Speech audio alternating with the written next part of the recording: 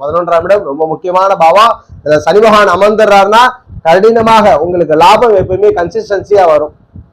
எந்த கிரகமும் முதல்ல ஸ்தான பலத்தை பெற்றால்தான் உறுதியா பலன் செய்யும். அந்த வகையில கண்டிப்பா சனி பகவானும் ஸ்தான பலத்தை பெற்று இருக்க வேண்டும்.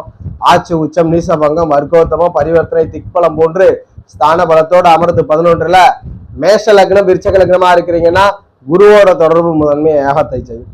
ரிஷப லக்னம், துலா லக்னமா இருக்கிறீங்கன்னா சுக்கிர புதன் தொடர்பு முதன்மை யோகத்தை செய்யும்.